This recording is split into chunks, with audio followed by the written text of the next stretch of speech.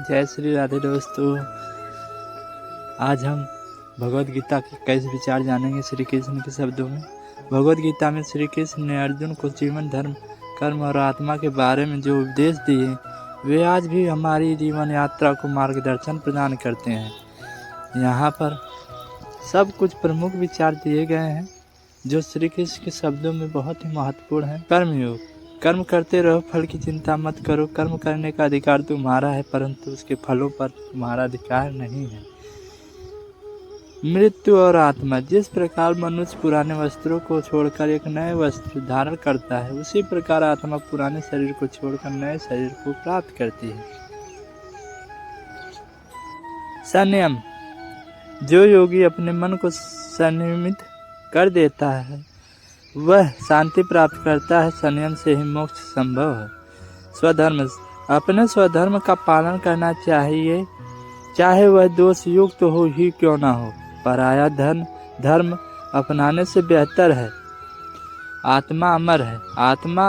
यह आत्मा ना तो जन्म लेती है और ना मरती है। यह जन्मा है, नित्य, शाश्वत और पुरातन है। शरीर का नाश होने पर भी इसका नाश नहीं होता।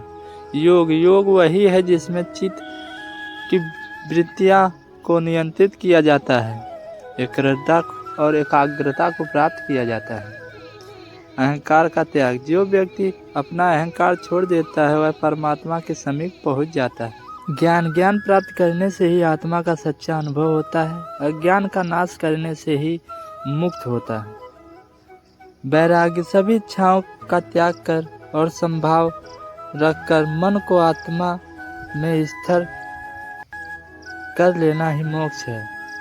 मोह से मुक्ति, जिसका चित्त मोह से मुक्त हो चुका है वही मुक्ति को प्राप्त कर सकता है। दूसरों के प्रति प्रेम, सभी प्राणियों के प्रति प्रेम भाव रखना ही सच्ची भक्ति है।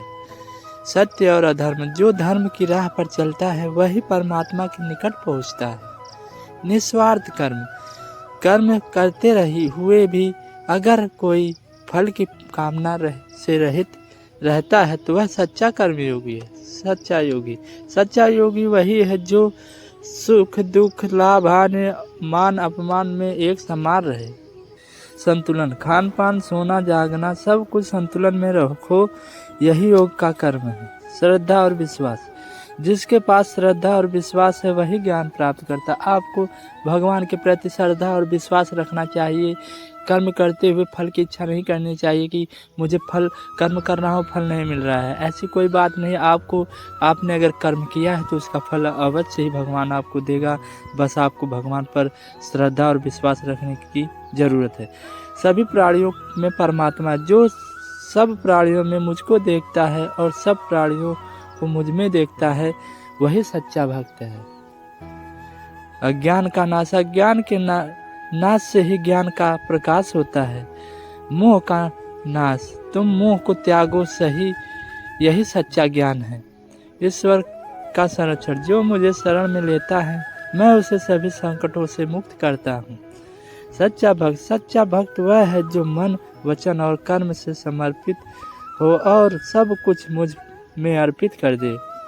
इन विचारों में श्री कृष्ण के ने जीवन के सभी पहलुओं को समेटते हुए मनुष्य को उसकी परम संता से जुड़ने का मार्ग बताया है।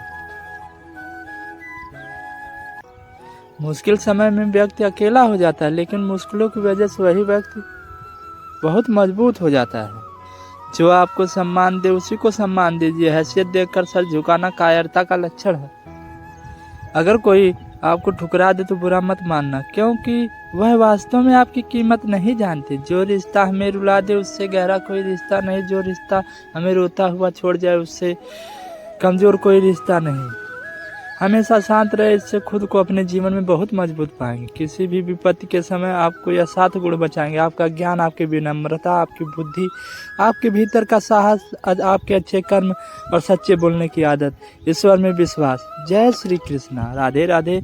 अगर आपको ये वीडियो पसंद आए तो लाइक और सब्सक्राइब कर देना और कमेंट में जय श्री कृष्णा जरूर लिखना।